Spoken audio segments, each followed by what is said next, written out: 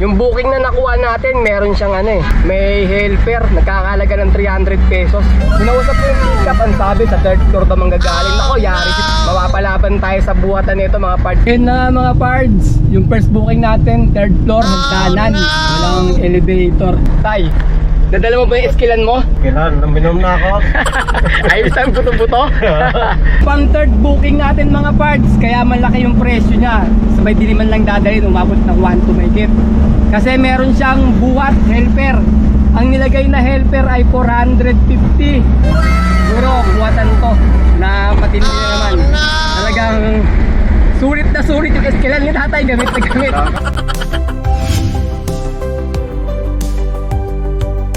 Good day mga pards, today is another booking day na naman tayo. June 8 ngayon, Saturday. Time check tayo, 10:10 ng umaga. First booking natin from Bahay Toro going to Pasig sa halagang 882. Ang layo ng pickup location ay 6.1 km. Papunta na kami sa may pickup location. Morning sa inyo mga pards. At ayun nga, kumuha tayo ng 6.1 km na pickup. Wala tayong makuha malapit na booking. Tumatagal na tayo. Napot na tayo ng alas 10, ngayon lang tayo nakakuha. Yung booking na nakuha natin, meron siyang may buwat, may helper, nagkakalaga ng 300 pesos. Tapos may high demand tayo na 85 pesos.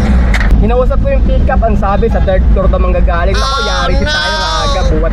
Mapapalaban tayo sa buwatan nito mga parts. Hindi ko lang naitanong kay ma'am kung hagdanan ba o elevator. Sana elevator yung pagpipick-upan natin sa may third floor. Dito tayo mga parts, sa may first booking natin. Dito yata dito manggagaling. Bababa na raw siya. Ay, hagdan. Kaya nga, hagdanan lang yun natin, walang elevator. Saan ma'am? Dito. Tara tayo, tingnan natin. Anong mga gamit ba ma'am? Ano lang po eh, nakakarton. Ano, nakarton? May malaki ba? Wala naman. Wala. Ano ka pards? Mapalaban tayo ng buwatan na third floor. Ayan. Kasama to ma'am? Ito? Tsaka to. Okay. Ano yung pagdadalan kay Ma'am Joy? Joy Compress ko. Nakarating ka na ba dun ma'am? Hindi pa eh. Oh, hindi pa. Oh, baka bahay lang siguro to, no? Bahay lang to. Ako mga gamit ko lang. Mamaya condominium din, pakit naman kami. Sige, sige. Kaya mo na yan? Malaki yan. Kaya mo mag-isa? Ano? Dalawa tayo? Oh, sige. Kaya mo? Malakas pa. Kaya pa. Okay. No choice tayo mga pards. Buwatin talaga natin ito pababa. Pasan mo. Pa-cancel mga pards. Kasi kahapon, nakadalawang cancel tayo. Kaya kailangan tapusin natin itong booking na to. Ang ratings natin, good na lang eh. Dati excellent, bumaba sa good. Pagkatapos mga pards, pag bumaba ka pa sa good, magiging fair na ratings mo. Pagkatapos ng fair, pag bumaba ka pa doon, ayun na, risk. Possible na pwede ka nang masuspended or maban. Kailangan mo. Kaya kailangan talaga hindi lagi nagpapakancel. Huwag kayo maniniwala na pag yung customer nagpa-cancel, hindi ka mababawasan. Hintayin mo mga ilang araw sa kababawasan nilalabog. Kasama dito yung lamig. Sama yan, ganun. Push na mga pards. Ang init. O sila pawis. Buti malakas pa si tatay. Picture. Grabe ang init. First booking pa lang. Pawisan na tayo. 300 yung helper natin dito mga pards ha. Booking natin. Pupunta tayo ng drop-off location. Ang layo ng drop-off location natin ay 13 km. Alright, let's go! Ayun na mga pards. Yung first booking natin, third floor, hagdanan. Walang elevator. Sumakit yung tuhod ni tatay. Tay, nadala mo ba yung iskilan mo? Kailan? Kailan, naminom na ako. Ayos ang buto-buto. Ayun, nakainom daw siya ng iskilan niya mga pards.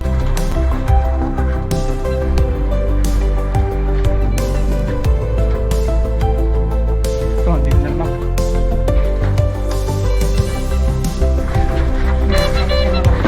Sa picture na po ako mama. Okay, salamat ma'am.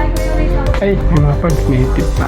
1,000 binigay ma'am. Meron pa tayong himbayang. Salamat ma'am ha. Bili pa tayong soft drink. Thank you. Thank you po. Okay mga pards, 797 lang yung babayaran ni ma'am. Kasi meron tayong Lalamove credit o Lalamove wallet na 85 eh.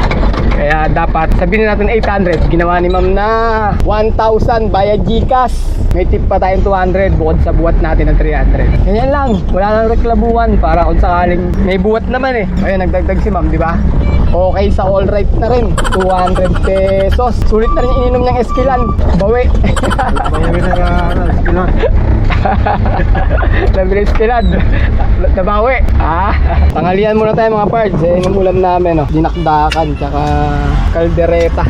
140 yan. 140 bili mo ha? 150. 150. Medyo may presyo yung binili ni tatay. Pero masarap naman Kadalasan 120 lang yung in-order namin na ulam.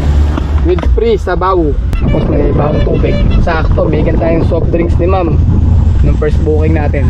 Nakalibre tayo sa soft drinks. Time check, 12:58 PM. May second booking na tayo from Mandaluyong going to Muntinlupa sa halagang 799. Ang layo ng pickup location ay 3.1 km. Papunta na kami sa may pickup location. Yung papunta nga na yun ma'am, no? Muntinlupa, Alabang? Receiving area tayo. Receiving area. Ma'am, dadaan ko sana ng expressway. Sino kayo mag-shoulder nun? Bayad na kasi yung niya online Oo yung nga. payment. Sino magbabayad? Magkano ba express? 118 ma'am hanggang Alabang. Paano ba to? Inaangat tata dyan. Yan. Magkano to? 118. Gcash ko na lang. Sige ma'am. Kasya ba yung taas niya ma'am? Kaya kasama to? Kasya? Kaya? Kaya ba? Sige. Kuya, pwede mo isend yung resibo sa lalamog mamaya. Sige ma'am. Yung pipicture ko na lang. Yun. Lalamog box na lang. Apo ma'am. Sige ma'am. I-chat ko na lang doon. Kuya, pabigay na ito sa Mag-receive. mag-receive. Sige. Pagdating nyo sa receiving, pakisabi patawag yung dicer ng Johnny Walker, ha? Dicer ng Siya Johnny Walker. mag-i-receive. Tapos, send mo na lang sa akin Gcash number mo at saka yung resibo. Okay, na-pick up na natin yung second booking natin. Ang layo ng drop-off location ay 20 km. Alright, let's go! Yung second booking natin mga parts, bayad na to through online. Lalamove wallet to. Dadaan kasi tayo ng ng expressway sa SLEX. Yung bayad daw sa may toll fee, ibibigay na lang daw ni ma'am through Gcash. Kaya bunuan muna natin yun. Tapos pagdating sa may drop-off, send natin sa Lalamove apps natin yung resibo. Saka to tayo babayaran ni ma'am ng Gcash para sa expressway. Sir, ma'am pwede pong patawag daw po sa kay Johnny Walker. Wala po kasing contact Johnny Walker daw. Ano ma'am, may di-deliver lang na yung parang cart. Tapos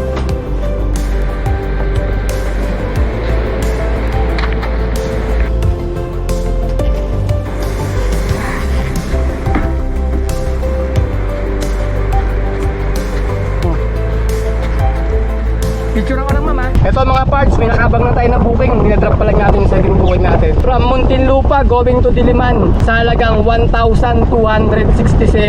Ang layo ng pickup location ay 2.8 km. Papunta na kami sa may pickup location. Yung pang third booking natin mga parts, kaya malaki yung presyo niya. Sa may Diliman lang dadalhin, umabot ng 1 to mahigit. Kasi meron siyang buhat helper. Ang nilagay na helper ay 450. Siguro buwatan to na matindi na naman. Swerte tayo sa buwat ngayon mga parts. Buwat yung mga nakukuha natin booking. Talagang sulit na sulit yung Esquilan ni tatay. Gamit na gamit. Teka lang mama. Dito pangalan nakalagay Pamela Cartusiano. Pamela. So pa daw to sabi sa akin Tawagan mo yung number ko. Tawagan ko muna. Hello ma'am. Ay ma'am, nasa may pick up na kami. Ano daw pangalan ng pick upin namin ma'am? Okay ulit nga ma'am. Ay, pangalan ng customer ko. Yung customer po daw ma'am, pangalan ng customer. Sa may pick up na ma'am. Saan ba kayong warehouse ma'am? Baka mali lang. Dito pa ko yan, sa may Blossom Compound. Blossom Compound, tama ba? Pangalawang ma'am? Pangalawang warehouse? One day warehouse. Opo ma'am, nandito na ma'am. Tinatanong po ni nung dispatcher dito kung ano daw po daw pangalan nung pipick upin ko. Sige, sige. Sige, lalabas kami. Lalabas ka ma'am? Sige ma'am, punta ka dito ma'am. Pupunta daw. Sige po ma'am. Ha? Dito? Ayun yung sa amin? Ang layo ng drop-off location ay 34 km. Alright, let's go! Yung nag-book, nag-text sa atin, sabihin daw natin, sa furniture tayo, hindi tayo lalamove. Ito ni Booker, wag daw natin sabihin na lalamove tayo. Kasi sinabi niya daw doon na 1.8 daw ang delivery fee. Tapos plus toll fee daw. Yun yung sabi sa akin, wag ko daw sasabihin na lalamove kami. Sabihin namin, kami, yung, sabihin, nakalimutan ko pa. Nakalimutan ko sasabihin ko. Teka lang, tignan natin. ano tayo, homemaker furniture tayo mga parts. Dahil sasabihin na natin sa may client nila para bayaran tayo ng malaki. Okay, di ba? Ngayon sa ating yung panahon, medyo maganda yung mga nakukuha natin. Furniture, kabisaduhin na natin, baka makalimutan natin. Cash natin na lalamove eh. Yari tayo, pabubuko tayo. Sir, wala pa yung installer namin? Wala pa yung installer? Di pa dumarating? Hindi pa po. Ah, sige. May garden na. Oo, siya yung magkakabit niyan eh. Kung yung simbolin niyo sa... Siya mag-ano kasi na mag-install. Sige. Okay lang basta nandiyan Nakamotor kasi yun eh. Kaya mabilis. Tulong tayo. Hindi tayo mahirapan. Wala mo kaming gawa. Sumasayad sa bubong. Sa tabi. Baba konti. Yan. Alalay dyan. Sige ba? Alalay lang. Gandahan bigla. Hanggang sa kabila, sir. Yan. Bakit, sir? Tagilid boy. Patagilid lang. Si Dudong yan ang pintura. Boss, saan ko? Ano yung yung L? L daw. Ito. L to. L, dito yung L. Diyan na tayo sa... Sa baba lang. Tagilid, diretso lang ganyan. Okay, sige. Kaya na. Magaan lang naman. Magaan lang yan. Yung isa mabigat eh. Ang kursado, magaan din yan. Sige. Baba ka na tayo. Okay. Sige. Dahan-dahan lang ha. Yung installer nakakaalam nito, sir eh. Kasi may installer. Andiyan, papunta na rito. Diretso kayo, Sakto lang, sir. Tapos, Second floor. Ang nga pala. Boy, hinataka yan. Ano, ang gagawin, sir? Yata mo tasa. Parang hindi. Baba muna. Tasa, Paano? simbol na lang dun. Si installer, sir. Parating na yun eh. Kasabay naman namin umalis doon. Okay, ano? Opisina. Yung simbol. Nakamotor kasi. Nakamotor siya. Ano problema? Ayo. Okay, binayad sa atin, sir. Okay. Ano? Uuwi na tayo o uuwi tayo? Uwi na tayo. Lagi naman yung Uwi na raw, Pards. Pahinga na. Pagod. Time check tayo. Nakakapagod. Puro buwat ngayon. Ngayon Sabado. Time check tayo, o. 4:44 na ng hapon. Pahinga na raw. Napagod na si tatay. Naubos na yung lakas nung eskelan na ininom niya. Nakamagkano ba tayo sa maghapon biyahe natin kay Lalamove? Bali, nakatatlong booking lang tayo sa maghapon. At ang kinita natin ay 2,371. Pagkatapos, maganda yung tip na nakuha natin sa araw na ito mga pards. Naka 900 pesos tayo. 2,371. Sabihin na natin 2,400. 2,400 plus 900. Bale, magiging 3,400 mga pards. Ang kinita natin. Pagkatapos, babawasan naman natin ng 700 na diesel at 200 na pangkain, bali 900. 3,400 minus 900 equals 2,400. Ayun mga parts, naka 2,400 tayo na malinis. Labas na rin yung pangkain, pan-diesel, saka yung commission nila Lalamove.